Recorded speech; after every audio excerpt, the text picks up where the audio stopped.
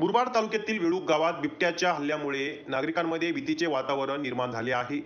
मनुष्यवस्तीत प्राण्यांवर सातत्याने हल्ले होत असल्याने ग्रामस्थांमध्ये दहशत पसरली आहे.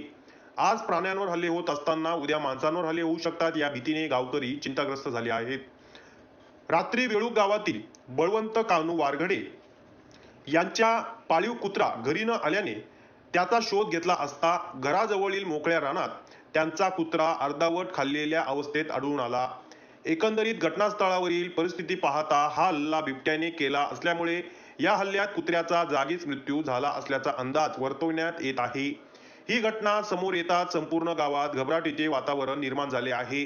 अनेक नागरिकांनी रात्री घराबाहेर न पडण्याचा निर्णय घेतला असून लहान मुले आणि वृद्ध व्यक्तींच्या सुरक्षेबाबत विशेष चिंता व्यक्त केली जात आहे.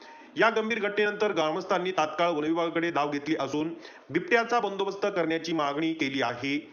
गावाच्या आसपासच्या शेत शिवारात आणि वस्त्यांमध्ये बिबट्याचा वावर वाढल्याची शक्यता व्यक्त केली जात आहे. ब्युरो रिपोर्ट, युवा महाराष्ट्र, मुरबाड.